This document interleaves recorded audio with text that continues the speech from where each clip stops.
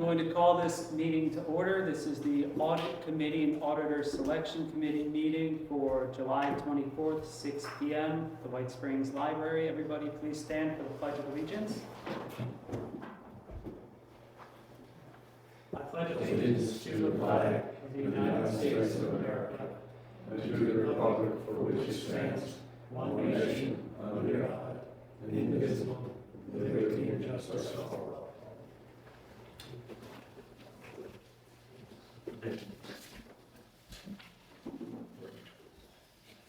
Now we're on to roll call. Committee member Gay. Here. Committee member Couchford. Here. We need name tags. And Councilman Gamsby is present. We do have one amendment to the agenda. The auditor, Alan Jones, has asked for some more time to look into some of the additional items that we've brought up. So he will not be here. However, we will use this time to discuss some of our outstanding audit items and potentially adding more items to our list of issues that we have. On the agenda, I have the minutes. I submitted the minutes from the original meeting, and I have the minutes for the July 1st meeting that I sent. Do we want to go over those today or table it till the next meeting? Why don't we table it to the next meeting, then I can read them and we can vote on them. Okay.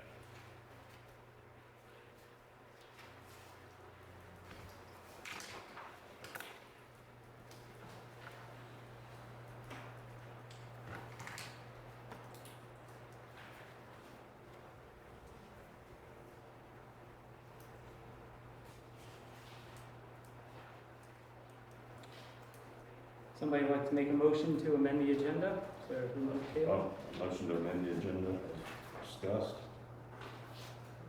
It has been motioned to amend the agenda. Is there a second? I second. It has been motioned and seconded to amend the agenda. Is there any discussion? With no discussion, we'll bring it to a vote. Everybody in favor of amending the agenda, say aye. Aye. All opposed, say no. Ayes carry, 3 yeses, 0 noes. We'll move to citizens from the floor. Anybody have a comment, question, concern? So do they have a baseline for it? So far, there's been an original audit that they submitted to us that we, what's the word I'm looking for? Rejected. They put in a second version of the audit that we have not been, I can only speak for myself, but maybe it's not as good as it should be for handing it to the auditor. So, Would it be a legal audit that would pass state review? A baseline audit, so you have some place to start from.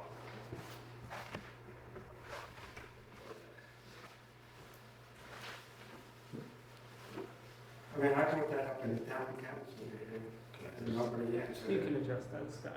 The baseline is the financial statement prepared by the town.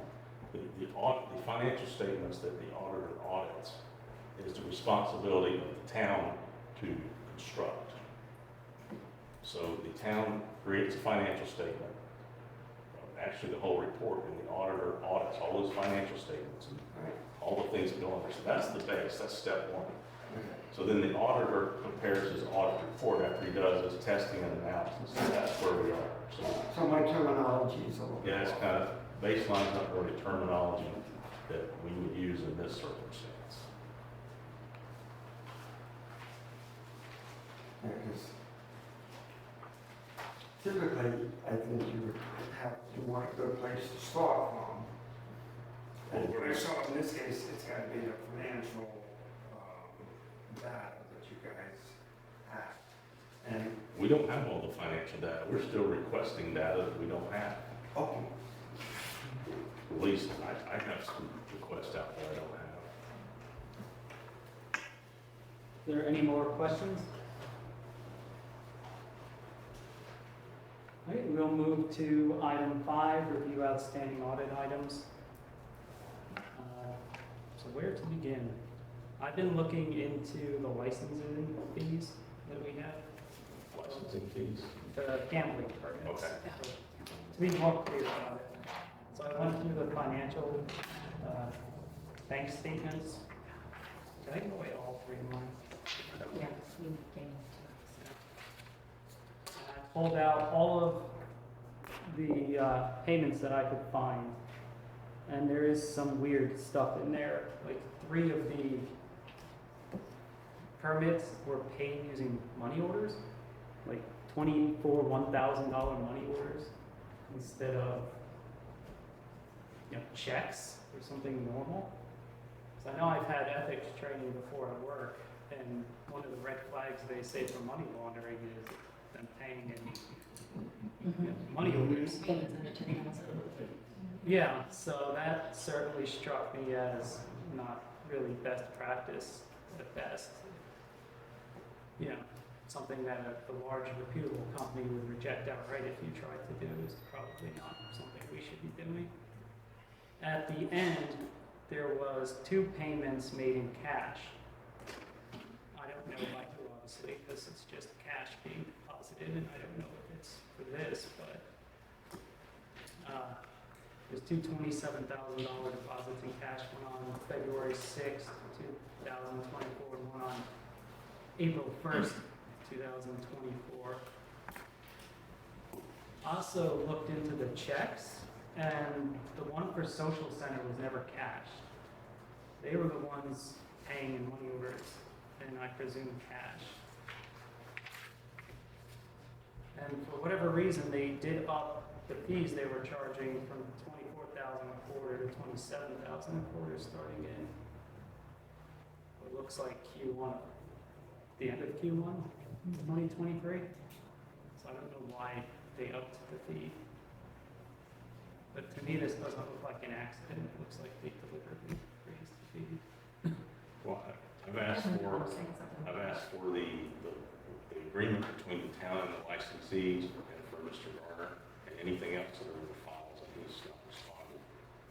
So until we see the agreement between the licensee actually signed, we really have, we need that to measure. Right now, what we have is a letter from the town manager refunding the $6,000 per large licensee each. We don't have anything to measure. And that's $12,000. That's significant in the scope of the audit. If it was $1,200, it would be below the scope. But since it's $12,000, it would certainly be something that we need to be looked at, especially given the circumstances that happened. I mean, why would someone, they broke the agreement, they broke the law, that's why they got stopped. Why should the town refund them a fee? Because the town had, at that time, at least the town councilman at that time, had, did not want them to leave. And the town had nothing to do with them leaving. It was actually the state government that did. So why should the town be penalized $12,000?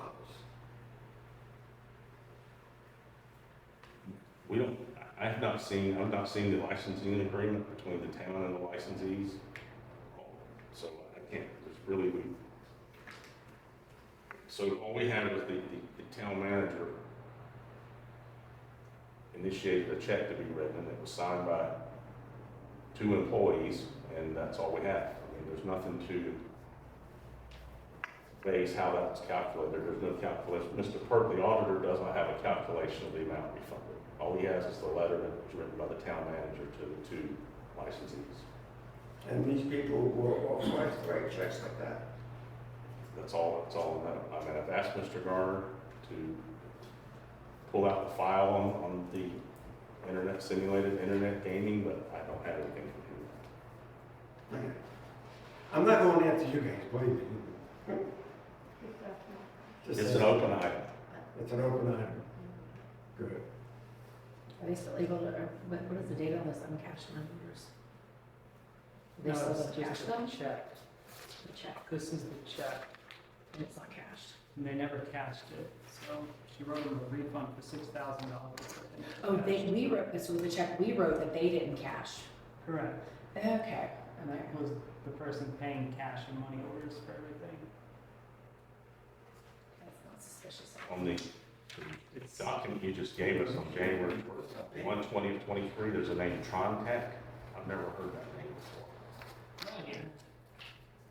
The bank might actually have the paperwork if they deposited $27,000 in cash twice. Because I'm assuming that there would be a deposit of the cash in our bank accounts. There is, it's just basically a slip that says, But that amount of cash, they should have had to fill out a document at the bank to declare where the funds came So you from. put the actual deposit slip? It's the actual deposit slip showing for cash? some of them. 'Cause No, I don't it's have like those the ones. RICO laws, they have to fill out, if you're depositing over greater than $10,000 cash, you have to fill out a document regardless of what, even if the grocery stores, like they would have big deposits. This is all the deposits for the money orders for 10/20, 10/10. This is for call 33 for the check. There's another one of the money orders for 6/26/23. And then this is another one with the money orders for 4/18/23.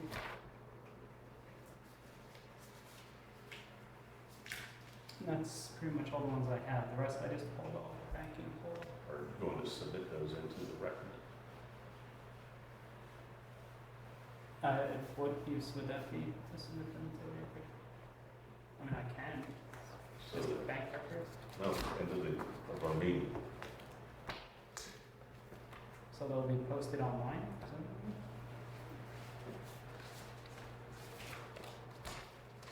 So I'm sure they're interested people that would like to see it.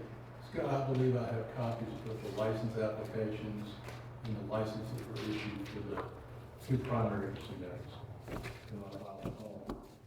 Also, the individual who opened up the casino in the old hardware, on his license application, the address he gave him the land was a vacant building, vacant abandoned building. This is the address. So you have copies of his actual application? I'll have to look fine, but I believe I do have copies. Do you have a copy of the actual licensing agreement? I believe I do, yes, I gotta find them, but I do have copies. Even if they're not official, I'd still like to see them. The detail, how much that paid per month and all that, it's in there.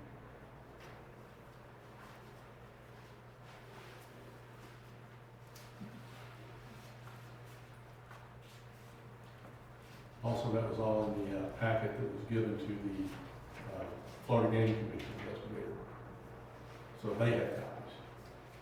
Which would be a public record request for if I can't find them.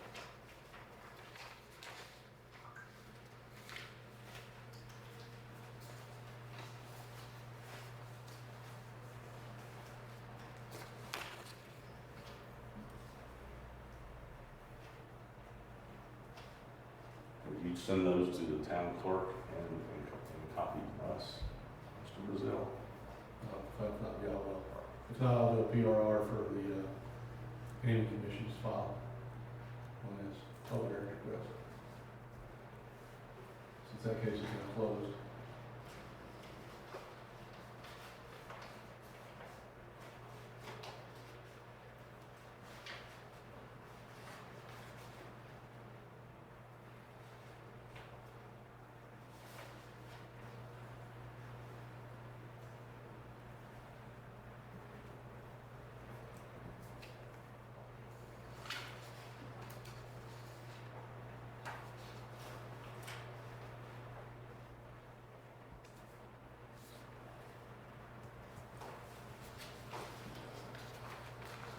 Do we have anything else we need to talk about with the license fees? No, I think once we get those, we just need to, I think we need something to measure the refund amount against. And if there was any council authorization to do that. I don't recall a meeting, but maybe some council minutes that addresses that too. They had a secretary back then, right? That recorded the meetings. The town clerk was supposed Town to clerk. be the secretary for the town council.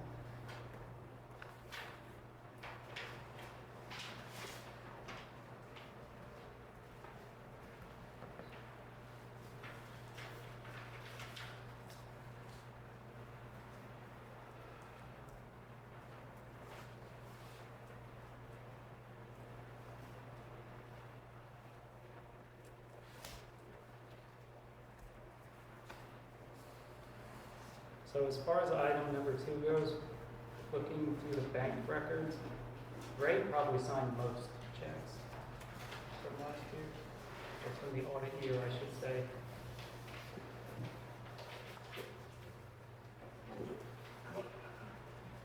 Signing the check is one thing, but so if someone laid the data down and supported the check, and then he signs it, that's one thing. But if somebody just gave him a stack of 50 checks to sign, then that's really not control. It doesn't give him anything to measure what he's signing a check for. So we don't know what the procedure was.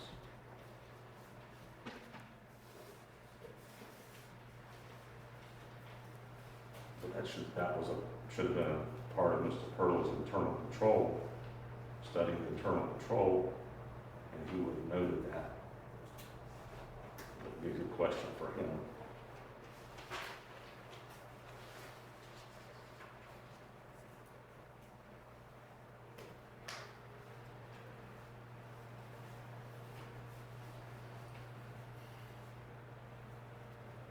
And it does designate the mayor, the vice mayor, the town clerk, and the town manager as signers for a checking account in the charter. So, that I guess we can address with the auditor.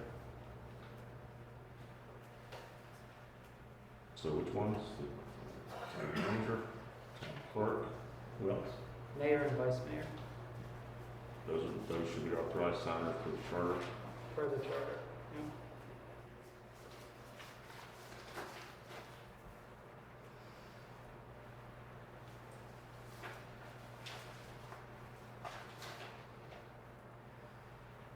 Well, I guess tagging on to this, when I asked Mr. Pearl, the auditor, about the $6,000 checks, and the town manager need authorization to sign anything over to $2,500, he said he referred to the town purchasing policy, which was online, and that everything they did would have been in compliance as far as on that. But that purchasing policy he sent me was for the city of Jewett, Florida. So he did his analysis, his purchasing analysis of White Springs based on the town of Jupiter's policy, which is still on the town website, or was at the time they did the audit. Then he really didn't do an analysis of our purchasing procedures. And that is separate from the purchasing policy the town manager submitted to the Auditor General as a response to the audit. It's a separate purchasing policy. So apparently he did not study the purchasing policy that the town manager submitted to the auditor as a response to one of the audit. So we have two town purchasing policies. But apparently he analyzed the wrong one. I reread, because I read it before, the one that was submitted with the audit, and there's basically only 2 levels of control. There's, if it's under $2,500, then the town manager can sign off on it. If it's over $2,500, they need to get 3 bids, and the town manager can sign off on it. So it's not really a great purchasing policy, in my opinion. No, what I wanted to, why I mentioned that is the town had one purchasing policy on the website that the auditor used to evaluate our internal control system. And the town had another policy that the town manager submitted to the Auditor General in response to one of the findings. That's all. There's 2 purchasing policies. So that's another reason the audit that we received, I'm just not sure how thorough it was. And this is just another piece of evidence that lack of thoroughness to me. You should be able to see, it's very clear on the top of the purchasing policy on our website. It says Town of Jupiter. It's not like it's hidden in there, so. But when I asked him about the $2,500 limit, that his response was, well, it was within compliance with the purchasing policy on the website. And the next day, when I got it from him, he had his staff send it to me. It was from the town of Jupiter. Is it still on the website? Yeah, I'm gonna ask Lee to get it removed so that people can download it. So to me, it causes questions about the thoroughness of the auditor's analysis of Oh, I our agree purchasing with you. procedures. Okay, that's definitely embarrassing. Have they ever, to your satisfaction, difference between the auditor and the town accountant? You know, the appearance that one is under the other. We'll address that in a second. Okay, I will. thank you. I don't know what to do with that, to be honest. But, are we ready to move on to the next one about the 90,000? Yes. Why was journal entry made that recorded the 90,000 of grant funding rather than just recording a receivable? Looks like a transfer was made from the general to enterprise account originally. Are you talking about in October 10, 2023? You're reading an email I wrote? Is that Yeah. email? Well, when I reviewed the general ledger for 2024, I saw the $90,000 in the ledger. This is before I was on this committee, so I called the county and asked them how much, if they had remitted any funds to the town of White Springs for that period of time, for the year ending 29/30/24, and they said no, they hadn't. So then why would there be a journal entry reporting $90,000 worth of revenue if the county didn't send it to us? It was just an odd-looking journal entry to me, and that's why I brought up the question. But it looks like there was a transfer in the general ledger from the enterprise, from the general fund to the enterprise fund, and it's recorded as revenue. Well, an interfund transfer shouldn't be recorded as revenue because we really didn't have revenue. The check for $90,000 did not arrive until after September 30th of 24. So just the way that the accounting was done on that, it didn't look right to me, that's why I asked the question. And part of audit procedures is you take the general ledger, and this is why I'm asking for the 22 and the 23. You can lay the general ledger down and just scan it, and when you've been doing it as long as I have, or anyone with audit experience, just certain things grab your eye that just don't look right. They caught you to ask a question, so that's why I asked a question about the $90,000. And Mr. Perla has, in fact, that was one of the amendments he made to his original audit was, rather than recording $90,000 worth of income in 9/30/24, he's now moved 45,000 of that to 2025. So our income was initially overstated in his first draft of his audit by $45,000. It's probably tough to follow that if you haven't seen the paper trail, but he's made that correction. Okay, so are you talking about 23 though? 10/10/23, there was 2 checks for $45,000 from the general fund to the enterprise fund? Was it 10/23? Yeah, they were cashed 10/10/23. I found out looking over this on 9/25/23, the enterprise fund bounced a check to the general fund. It was returned NSF. Saw that, but didn't see that ledger.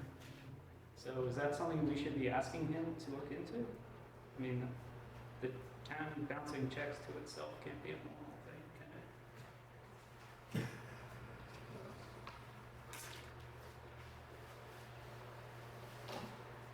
I don't have my records on the $90,000 check, so I don't know.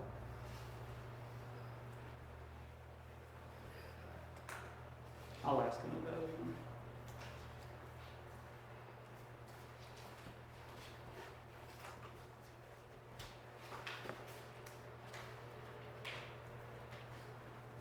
There was an issue with his explanation of the debt service restriction.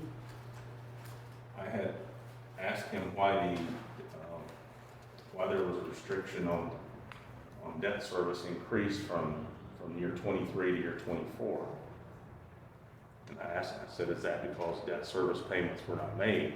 So the debt service payments were made, as they should have been, but when they were made to the state revolving fund, and their accounting is a little different when you look at their statements, but the amounts were remitted to them.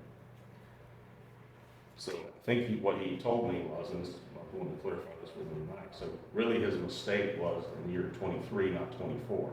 In 23, he should have had more funds restricted for debt service than in 24, but that's an open item for him to explain. The debt payments were made by the town, and I have the records from the state revolving fund and the banks and all that. But his presentation is not correct.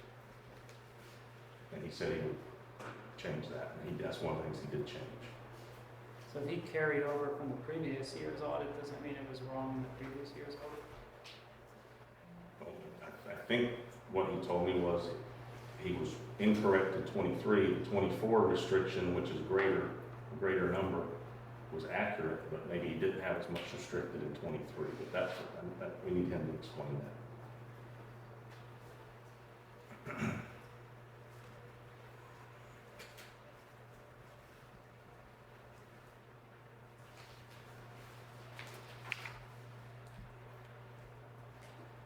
Can you ask him what procedures he did to test for 1501 compliance?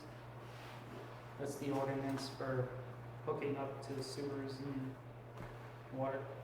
I did ask him if he did any analysis on testing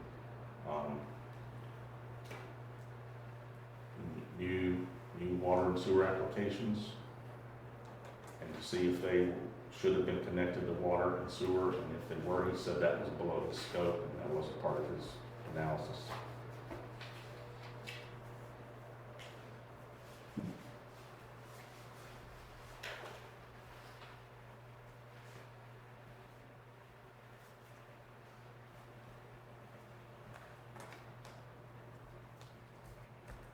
It's not part of this email, but with some of the issues that are going on around the lack of compliance and following rules with zoning, should we be asking him to put this on the audit somewhere as a potential liability?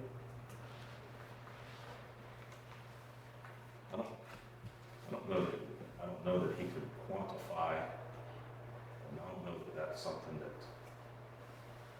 he can quantify in the audit, but it's been going on for years, and I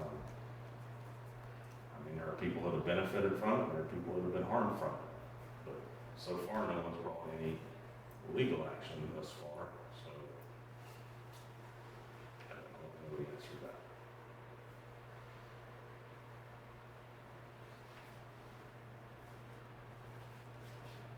However, the original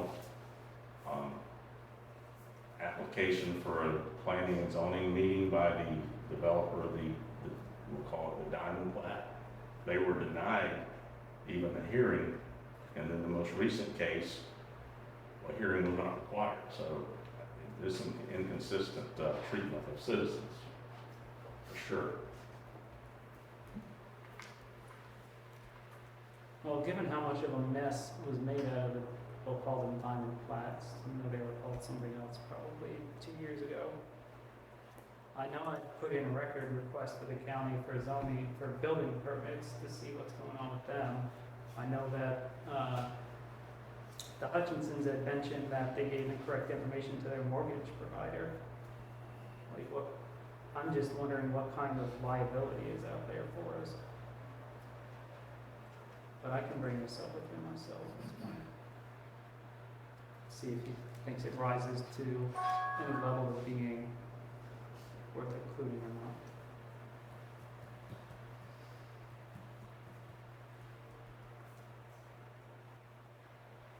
Well, supplying false information to your lender is a reason for the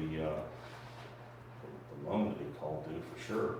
So it could put them or anyone in jeopardy if they got incorrect information from the town.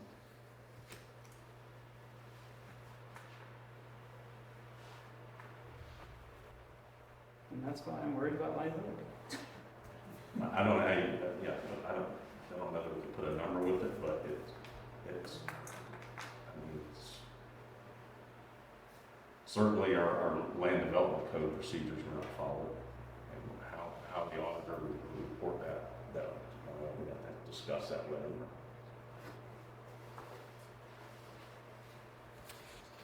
I think that's pretty much everything I can talk about. So is that an application fee for a request to change the zoning requirement? There is a fee of schedule of fees that was found that we're going by for now, but it's 20 years old, so it'll probably be increased. Way outdated. Yeah. So get your requests in now before we up the fees.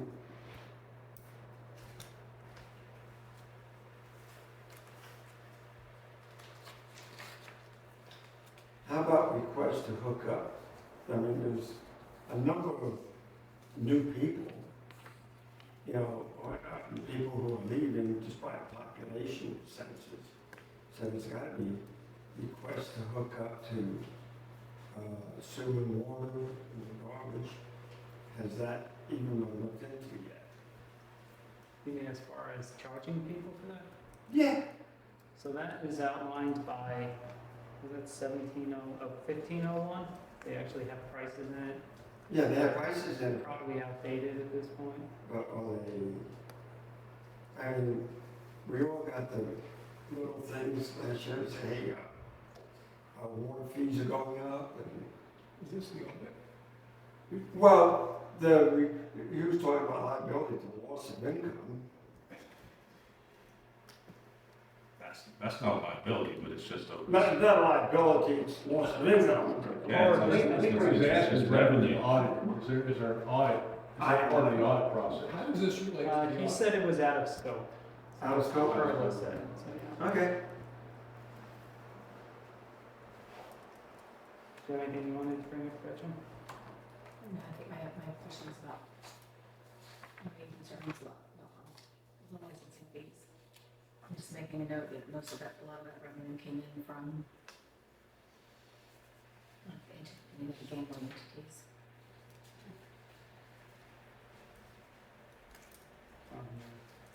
Off 33 and the organization that kept changing its name. Somebody paid in cash. Somebody paid in cash, but it's not after they paid. Okay. Somebody paid $27,000 twice, but I don't know anything other than it happened. Well, I mean, when the auditor studied our internal control systems, that certainly should have flagged something that, okay, you received $27,000 payment in cash. When was it received? How long did it take it to get to the bank? Was there a receipt given for the $27,000? Do we have a copy of that? And then match that to the date that it went into the bank? That would be good. I want to know that if I was the auditor. Looks like those question marks for cash might be social center. Because if they went up to, they were the second highest one, if they were at 24,000 to 27,000, the cop 33 paid in by check for Q1 and Q2 of 23, and the social center, their last payment with money order was Q1, so they would have paid Q2 and Q3. They were the two larger ones. Yeah, I don't know why we refunded them anything anyway, because we do the math. I can't find, I'll have to go look to see if they gave us smaller payments or went monthly for a quarter or something. But there's 4 months between 12/9 and 4/7 for call through 3, then 3 months between payments, then 5 months between payments, and then 3 months. So they missed a whole payment in there somewhere.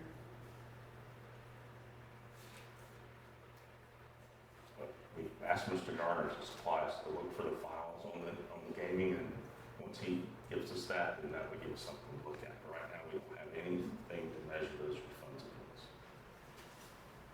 He should have, there should be some records in the office about that. Mr. Pearl didn't ask him for it, so he doesn't have them. I'll go Bowie. And they were probably told they had to pay cash or money. Because we were told we had to pay cash or money when it goes down the road. Yeah, so it looks like nobody paid. There's a difference between a $100 fee and $27,000. Yeah. Really not. I mean, your policy should be, we don't accept cash. I mean, any amounts. I mean, if someone's gonna pay their water bill in cash, they can stop by the store and get a money order or whatever, but, I mean, business, number one, when you accept cash, you invite somebody to come in and rob you of cash and put your employees at risk, so it's just a good policy not to take cash at all these days. There's too many ways to not have to take it. It may be inconvenient, but think about the safety of your employees and your accounting controls.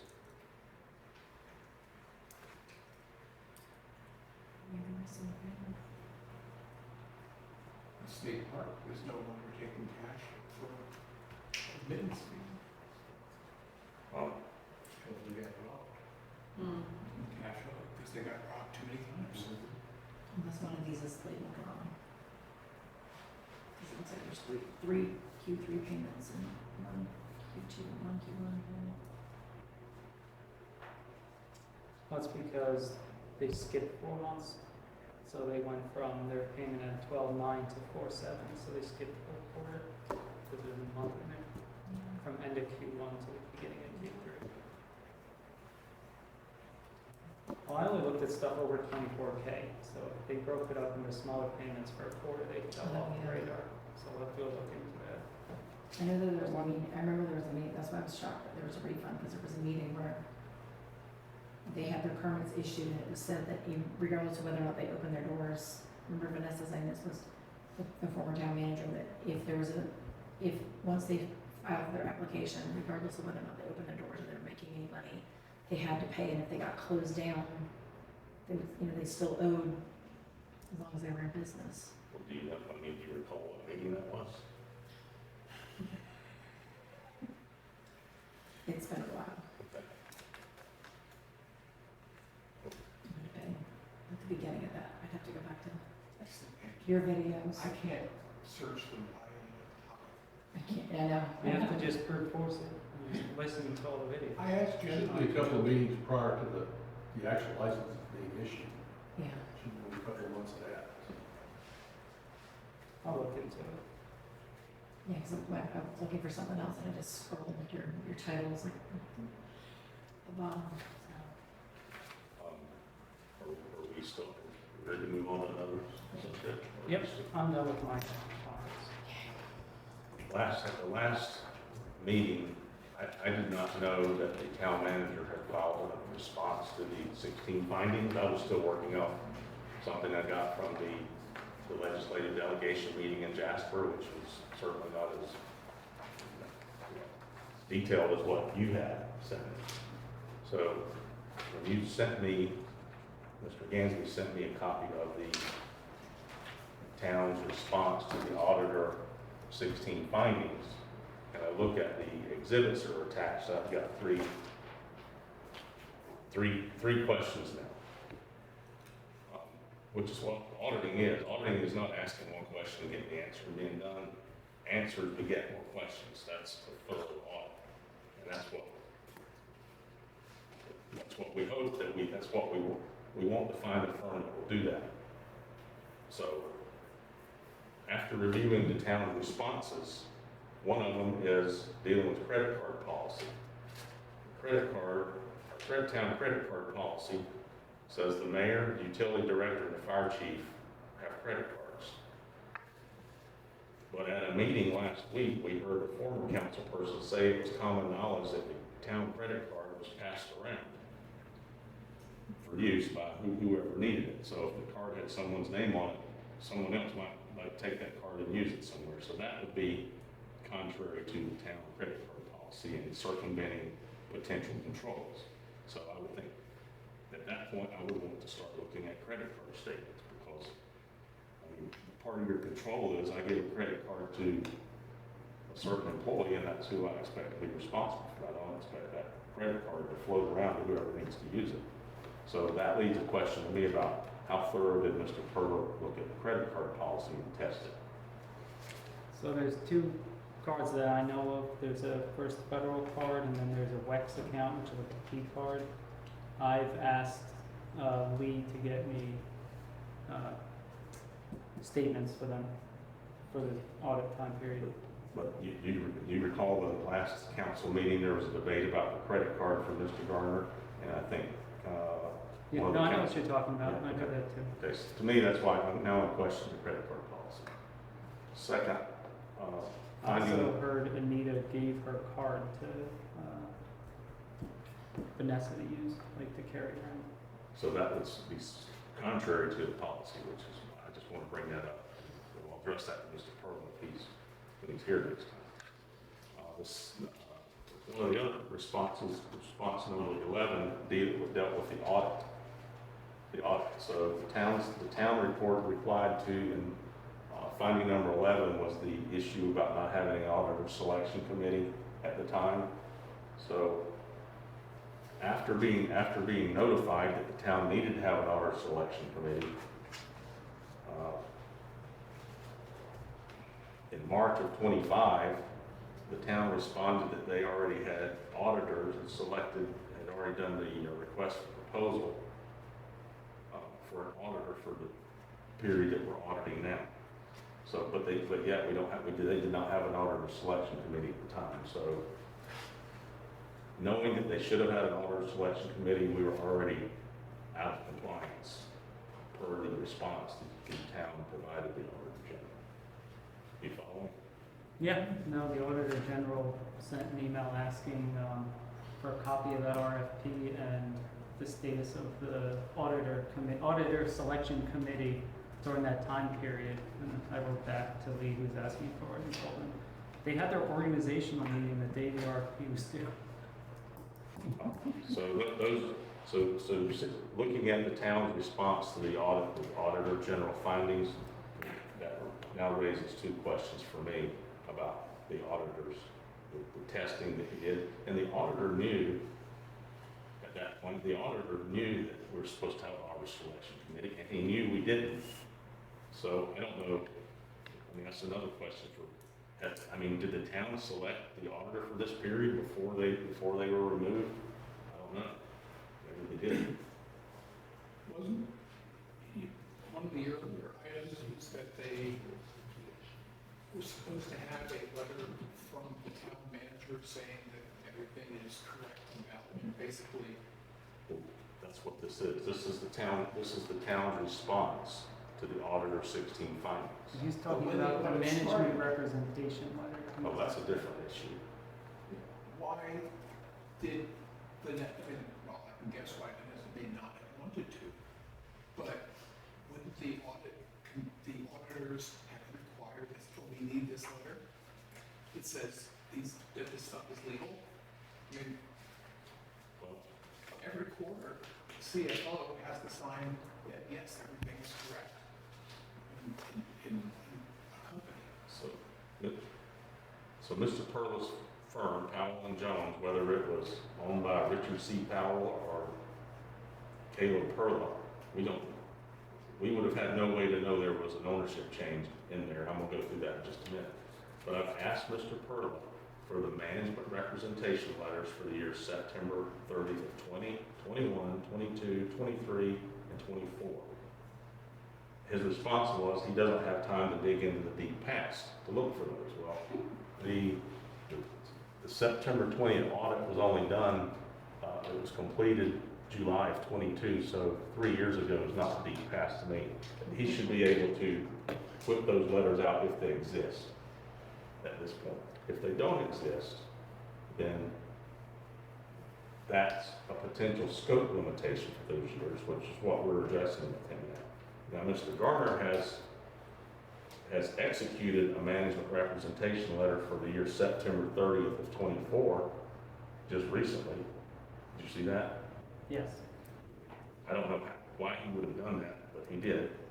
He has no knowledge of what happened during that time period, so we'll have more issues with the management representation letter. Can you go over that a minute? You're saying the current town manager, well, he had knowledge before he was hired? Our current town manager has executed a management representation letter that says he's made the auditor aware of everything that happened relative to the year ending September 30th of 24. And the auditor has that in their possession, so to me, I mean, if I was the auditor, I'd go, well, you weren't even here, I'm not taking that from you. So maybe Mr. Pearl is going to reject it, not accept it, but he's not here to answer that for us tonight, so we'll wait and see what he says. But to me, that's another issue. I have a question, because I had trouble finding it. I looked through the GFOA, the rules for the audit response guidelines, and then the auditor selection handbook. Also went on GAR's, GSAD website. I couldn't find specific requirements around the the management representation letter. I only found it from public corporations. Do you know what like statute or guidance there is on what we need to actually provide for that?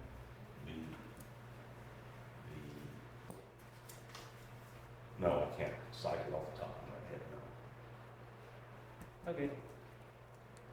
But in the generally accepted, I mean, the government auditing standards, it mentions a management representation letter that the auditor needs, it's for the auditor's benefit. But here's, I mean, it's also for it's for the benefit of the shareholders, in our case, the citizens of the town, that we know that everything's been disclosed to the auditor. And I know you have read the material about scope limitation, and you're probably looking at the public companies. Is that what you're saying? You don't see that? So I saw management representation letters on, I forget what the acronym SOUP was, but it was for public corporations, so not us, obviously. I looked through GAR's. I didn't obviously read the whole thing because it's massive. I just searched management representation letter, and outside of one Q&A question, there was nothing came back. I'll find that for you. Yeah, so just email me so we can move on. That's fine.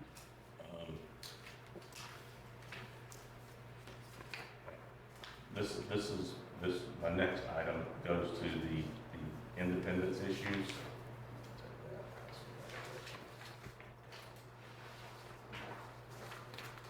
So I have a sheet where I'm tracking significant dates of when the audits were completed, when they were due, what the opinion was, whether it's qualified or unqualified. I started with that. And after that, I created this to see if the auditor should mention subsequent events in his audit report. Well, the fact that the simulated internet gambling was closed down in April of 2023. I was looking at that to see if the auditor should mention that, because litigation started with that the prior year. So I started the spreadsheet to see should the auditor have mentioned this in his audit of the year in 22, because that was not completed until January of 24, and by then the year in 23, the casinos had been shut down, but the audit had been complete. So, but then I took the same sheet, and Mr. Powell, we've heard Mr. Powell say that he's independent, and he provided a letter to the town dated June 27th that said that he sold his firm to Mr. Pearl on November 30th of 2020. But then on October 12th of 2021, Mr. Powell, Richard C. Powell, signed an engagement letter with the town that defines him as being the engagement partner on the audit. So almost 11 months later, after he sold his firm, he's still the engagement partner on the town audit. And Mr. Purvis says in an email that the transaction happened in November of 22. So they're a little bit apart on their years. But I'm going through this because the town we have no way of knowing that they sold the firm, closed it down, whatever they did. However, the Powell firm was hired to do the year 20 audit, whether it was through the council or the auditor selection committee, I don't remember. But one of the findings in the audit by the Auditor General was that the original contract between the town and Powell and Jones to do the 20 and 21 audit did not have a provision for extending, adding years. And that was one of the findings, but that's how we ended up with Powell and Jones still auditing 22, 23, and 24, was through a contract extension.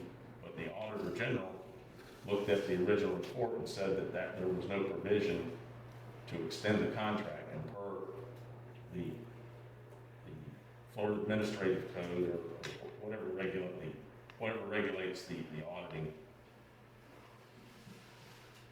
we should not have extended that contract. We should have went out at that time and got a new auditor or requested a new auditor through this same process for the audits 22, 23, and 24. So the auditor we currently have is not selected properly. He doesn't have management representation letters.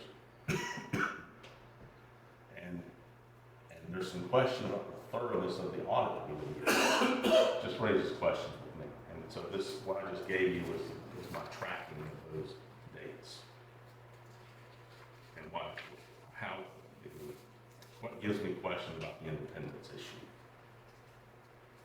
Between Mr. Powell also being the town CFO, in his words, that he said at the legislative delegation and in Tallahassee.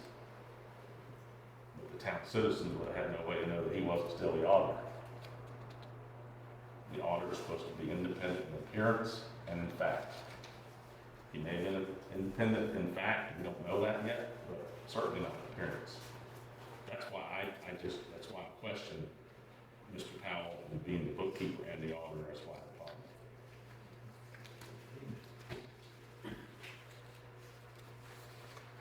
Anything else? So is there somebody we can call from the Auditor General to give guidance on what we need to do with this information? Like I tried calling somebody off their website who never called me back. Do you know of a contact there who can answer questions about what we should be doing? Well, there's a gentleman from the Auditor General's office that's in contact with the town now, asking for information. Paul Cunningham. He's following up on the findings.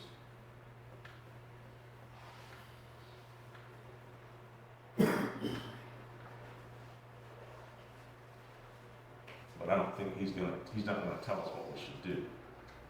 I mean, Would he provide at least information guidance?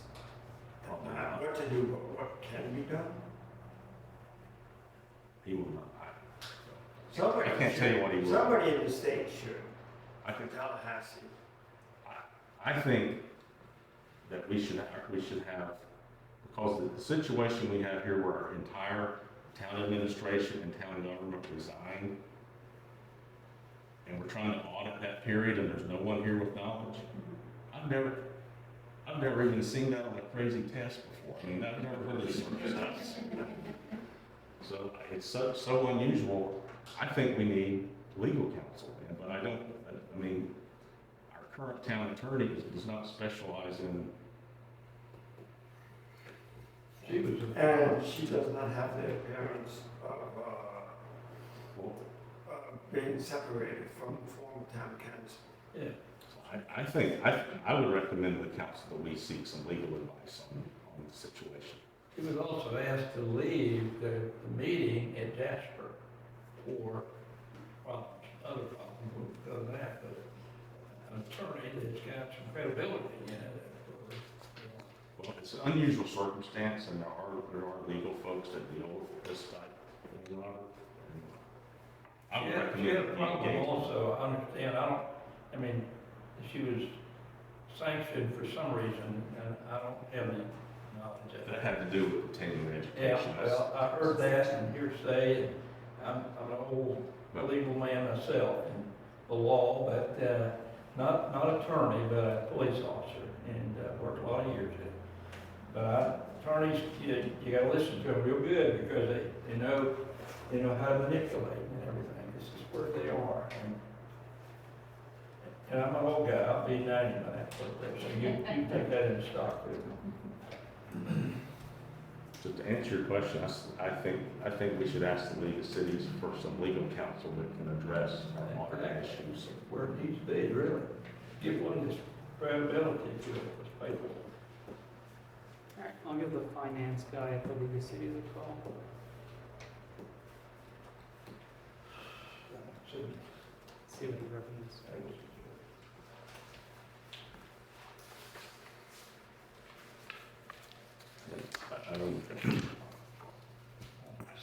Mr. Pearl was gonna be here tonight, but he needs another month to investigate the issues, but yeah, it's 30 days, what was it?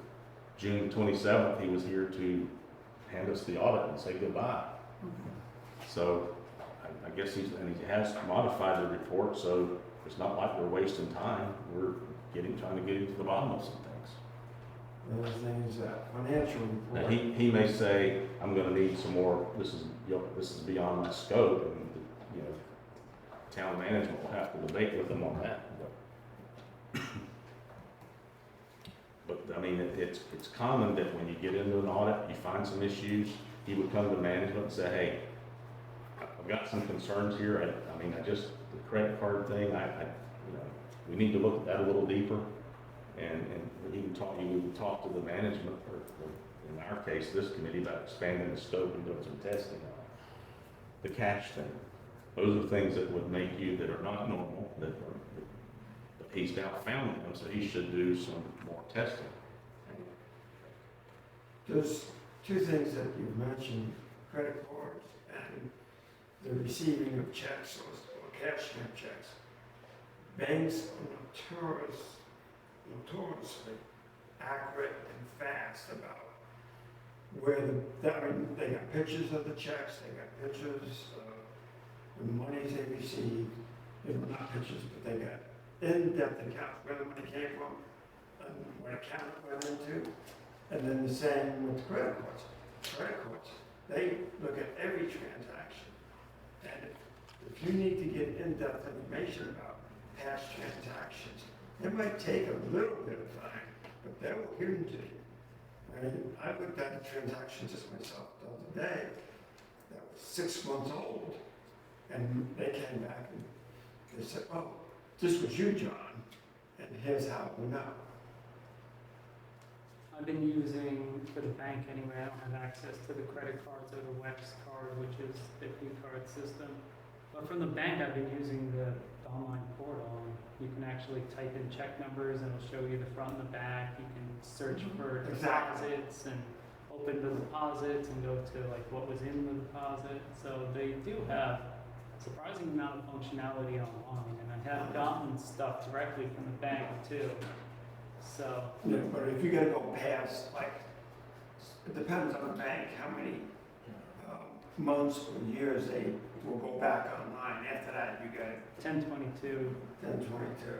yeah, nothing in there after that or before that. I mean. I mean, you can get that information before then because they're required to keep that information locked up. Yeah, if there's enough information to keep me busy in the last 3 years.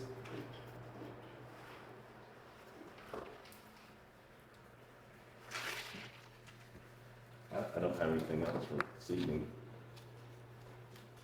But every time we get a piece of information, that maybe gets another question, so I'm not gonna say I'm never gonna have another question, I just don't have any more this evening. It's like a hydrant. Go up on it and two go back. All right, if there's no more comments. Do you have any comments, questions, Gretchen? just need to get answers from Mr. Carroll. Then let's move on to the next item, which is our RFP response. Which I think we should move our next meeting up 2 weeks instead of waiting a whole month, because I think there's a lot of editing that needs to be done.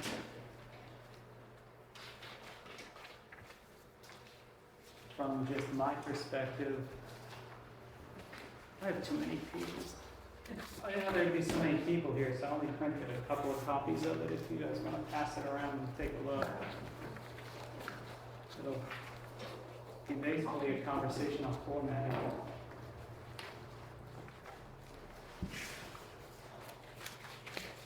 Oh, this is. You probably identified I'm not a Microsoft Word bug, so Oh, this is just one copy. And that's just one copy of the What? document. Can you guys put this stuff on? it's not, it's a working process. Yeah, this is a draft, so you're gonna see it's covered in markup. Yeah, so it's not, this is not the final. It's better that we don't start submitting drafts out in the public. Okay. Yeah. I'm gonna get you my draft. So I think the due date is 11/23/25. I think we put it as, we had put it in October 23rd. Is that just a mistake on yours? On mine, like me, on mine.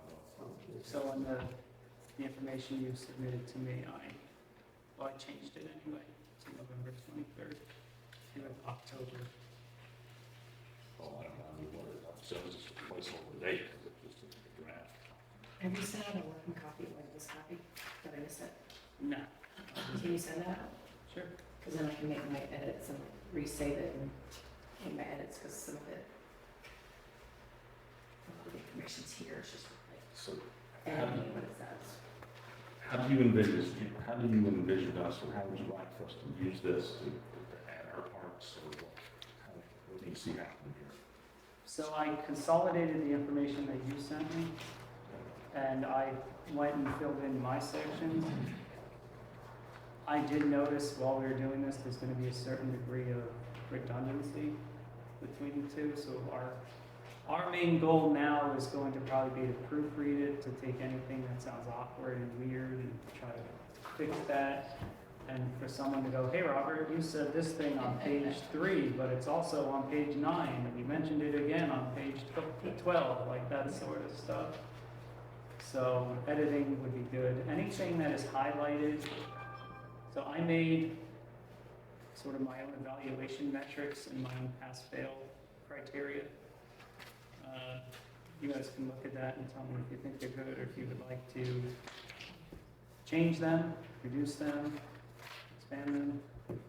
I made an audit selection timetable that we can always move up or down based on what you want to do. One thing I did find though that I didn't know and we should talk about, do we want to do a pre-proposal conference?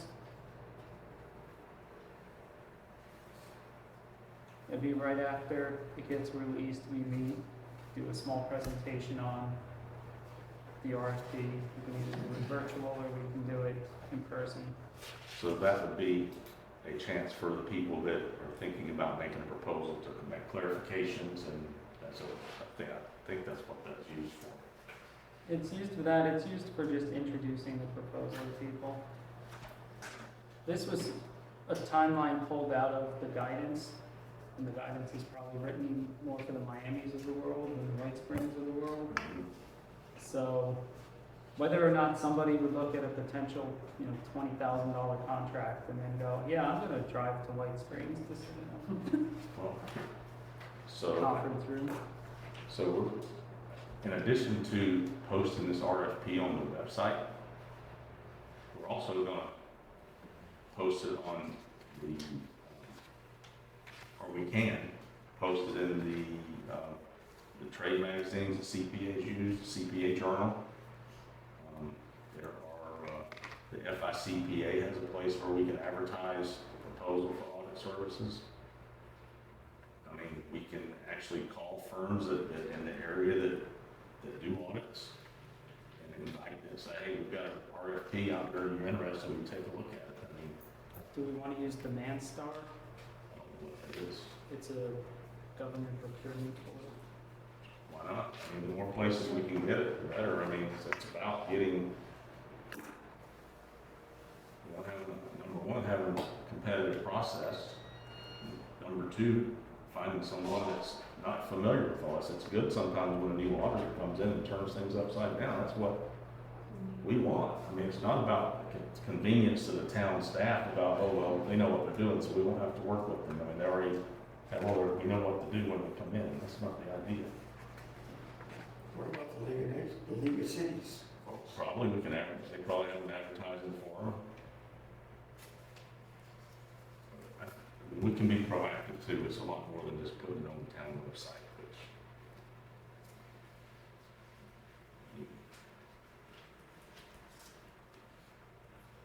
So I think one area that really needs work is at the end, the legal system, the legal requirements, or whatever. what page? 18,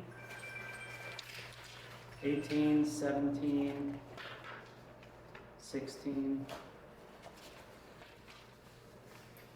15.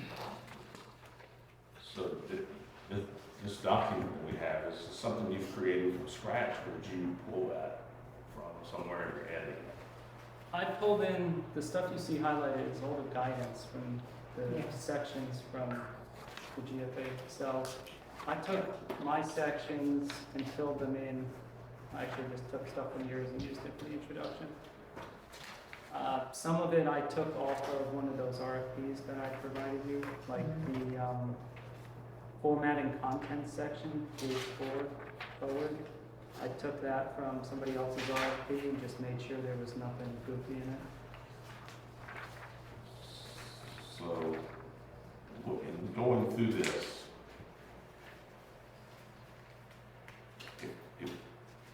if Gretchen or I owe information, can you maybe color code that section, say this is where I need information from you? Yeah, it kind of starts, like mine starts there, because I was looking at what you'd given us the other, when I started like making my edits, or going in to type up my edits. I found the document you had given us last time, and it's like, a lot of my edits would be rearranging some of this stuff, so like, rather than type it in, let me see if you can send me this document so I can, Did you want it in Word format? Word would be great. And then I can just like, modify and revise and not have to type from scratch. Just, I think what I sent you today is what you've asked me to do, so if I need to do something else, just point out where I still have information. So section 3, it starts on page 9, and section 4. So I need just whatever's highlighted. So this is the guidance and entities readiness to implement new pronouncements, laws, and regulations. For what page? So this is page 10, number 3. Okay, So I would need that from you. I didn't find that in the document you sent me. 4.1, well, what's in the yellow there, what is that called? this is the guidance from the from the handbook. So this is what the GFOA says we should have in this particular point. So what am I gonna add to that? I don't understand. So this will get replaced with whatever the answer is. The answer might be nothing, like Okay, I got you. what laws have we enacted that are gonna make their job harder or different or whatever. As of right now, we aren't really doing anything, so I wouldn't know the answer to this. Okay, so an example of that would be our ordinance 1501. That's an ordinance, I mean, that deals with our water and sewer connection. We would like the auditor to look at the number of people on the water and sewer system versus the people that should be on the water and sewer system. That's something we would want to look at. That's a revenue.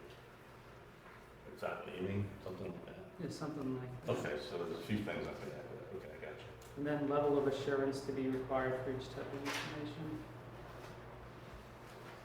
So that would probably just be a very short answer, whatever that is.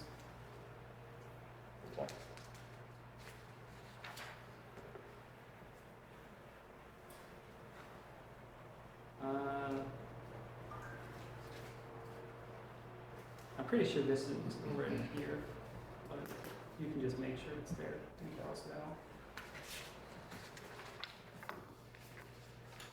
So when we get done with this, add it, just, we're gonna do about that thick. Yeah, between, probably around 20 pages. 20 pages. Yeah, but with the addendums. Oh, with the exhibits. addendums, yes, with everything that you referenced, it's gonna be, So, 100 pages. so this is what the prospect would receive, and we would just have an attachment email, so they could use the other documents they want. We're not gonna print out a document that's this thick. No, hopefully not. So the information will be there if they want. Okay, so if you guys put out, if the town puts out a request for proposal, let's say to straighten out the sidewalks, this is information that the sidewalk fixer company has to fill out to respond to that proposal. Is that what you're doing? Basically, but for your example, it would probably be something a lot smaller and simpler, because you would just need somebody who does small scale construction. And it's a pretty commoditized activity you're talking about. So the amount of effort that you're talking about, what type of work are you envisioning that they would have to fill out? What that big? So it's gonna have 6 sections, and we can always make it simpler if we want. Those 6 sections would be a cover page, table of contents, letter of transmittal, general information, project approach, experience and qualifications. So their response should probably be in the 20-page range, I'd guess. It's not gonna be, they're not going to have to like do a point-by-point analysis of the audit that the general auditor gave us or anything. It's not gonna be that in-depth. So part of what we're doing is we're asking CPA firms to propose on doing work for us. So we're gonna tell them. Okay, so this is basically CPA firms. So we're gonna tell them in this proposal, these are the guidelines that we wanna make sure you're gonna follow, and the guidelines that the Auditor General requires us, and there's some federal stuff and some state stuff. So we'll make sure the person who submits the bid knows that. We wanna make sure that he's aware of all of our facts about the town that we know, the auditor. So if I got this proposal, I would not know that the town of White Springs had an operational audit done by the state auditor general less than 24 months ago. So we're gonna tell him about that, so we can go look at that. He can go look at that report, he can look at the prior year's audit report and figure out, that helps him set his pricing as well. He might have to spend a lot of time on credit cards. Because we're gonna tell him. No, I understand that. That's all, that's what this Okay, is. I thought you were building Probably Everything 3/4 of the information, they're just gonna have an intern copy and paste in from the previous RFPs. They're not gonna hopefully spend too much time telling us, their address and their contact and that stuff. So hopefully it won't be too big, but I kind of get what you're getting at. Who's gonna wanna fill out a 100-page RFP for a $20,000 engagement? Not a lot of people. So we do have to make it not so intimidating when we fill it out, or when we create it, but, there'll be second draft and a third draft, and we can hopefully cut it down if we decide it's too big. I was just wondering what the scope of the proposal is. Well, here's how it You works. answered it, most of it. They've got a canned letter that they submit to everybody, and it includes all the information we're talking about, because all these governmental audits they're audited by a set of standards. They've already got a letter prepared that will address this. They'll change it to say White Springs and change the dollar amounts, the address, and the timing, and send it to us. They're not going to create anything from scratch. And some firms subscribe to a service that does all the forms for them. They just drop in the names and it fills out their RFP, and then we'll submit it to us, and we'll have, we're not going to have a uniform set of documents to look at.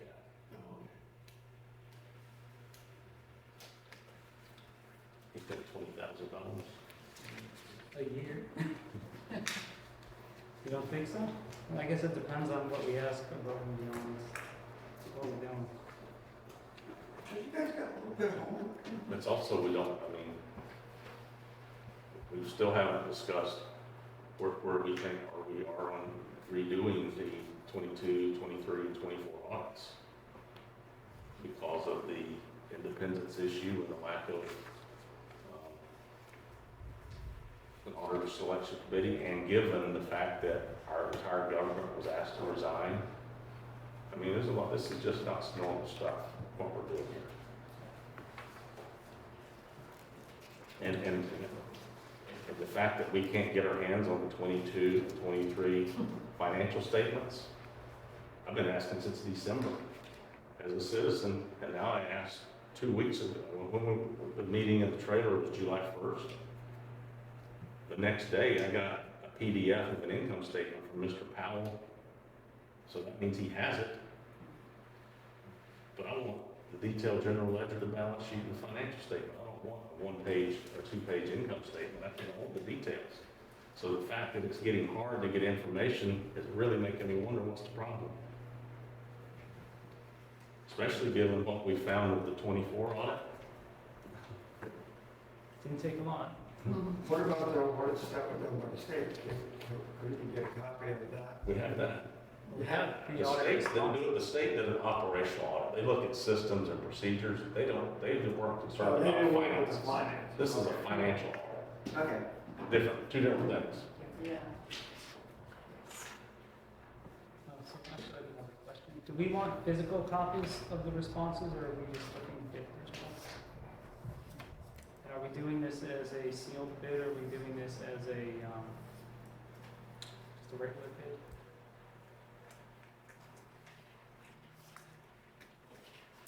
I don't think we do a sealed bid because we're not necessarily evaluating on cost.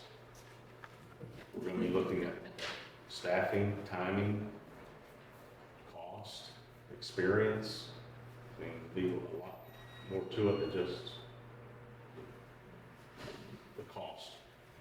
The lowest bidder doesn't You don't have to take the lowest bidder. Do we want physical copies, or we want? I'll say physical. I'll say both.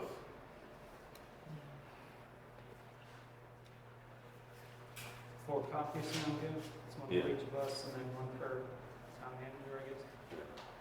So basically, it's an interview. Yes. It's an interview on paper. Exactly. And that's what, for what's going on, that's exactly what it should be. We're going to have our vendor presentations also. But what? Vendor presentations, they'll come in, present their, Normally how I've seen it done is let's say we were fortunate enough to get 3, we would ask them all to come in. If we were to get 5, maybe we pick the top 3. I mean, we don't know until we just.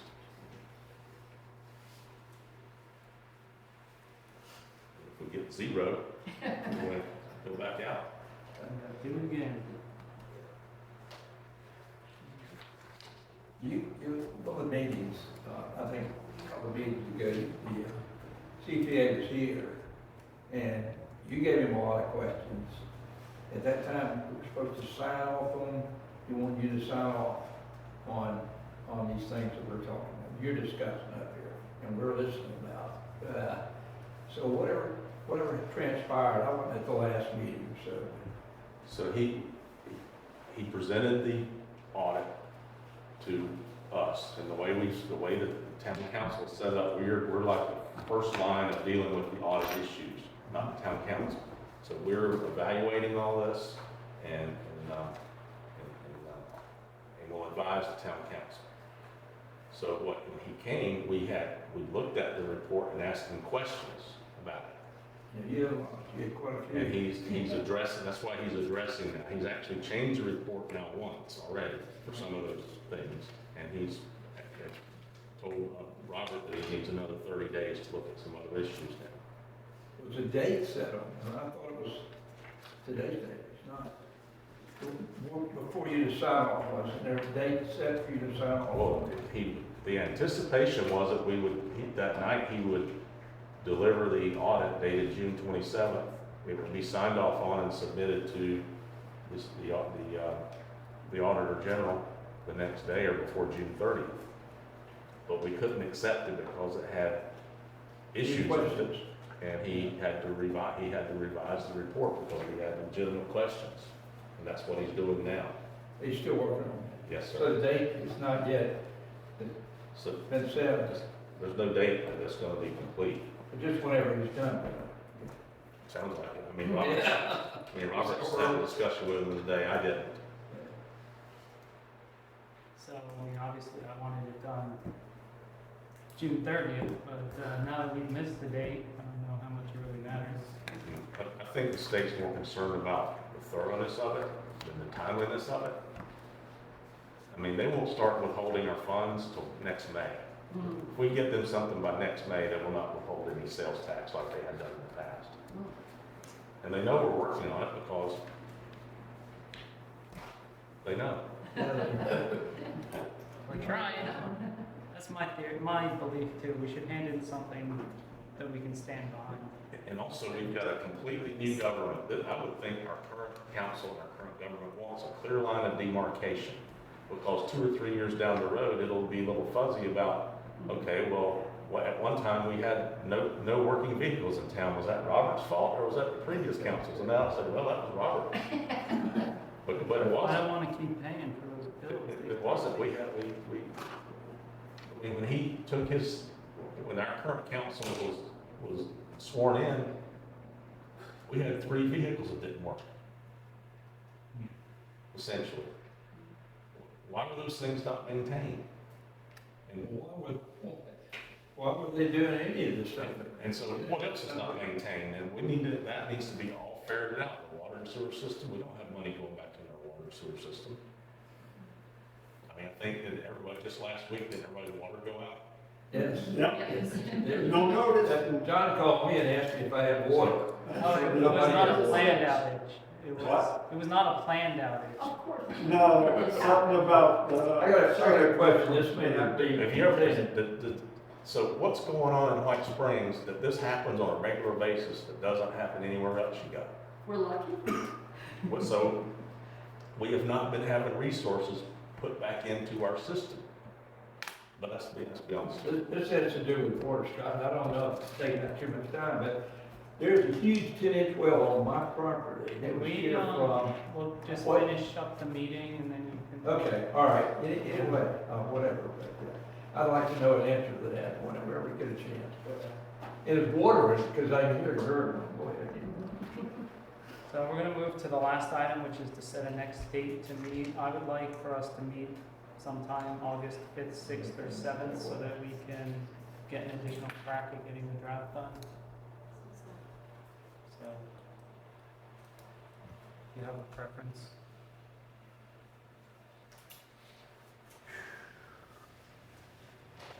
I would say not the 5th, because that's Tuesday nights are a lot of public meetings, so I think Thursdays work better. Usually there's no meetings on Thursdays. Alright, so 6 o'clock, August. I got too much stuff going on, so I'll let you know if that doesn't work. Okay. 8, 6, and if that doesn't work, why don't we do it, we'll try it on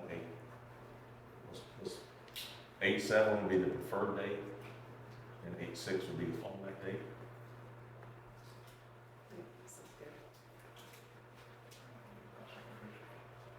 Alright, sounds good. I just want to thank you guys for trying to go get after these details. You made it really good. Time is 7:24. Do we want to move to adjourn? Yeah, I'm going to adjourn. Do we have a Second motion. It's been moved and seconded that we adjourn. Any discussion? None. No. Let's bring it to a vote. All in favor, say aye. Aye. All opposed, say no. No. Ayes have it, 3 to 0 no's. The time is 7:24.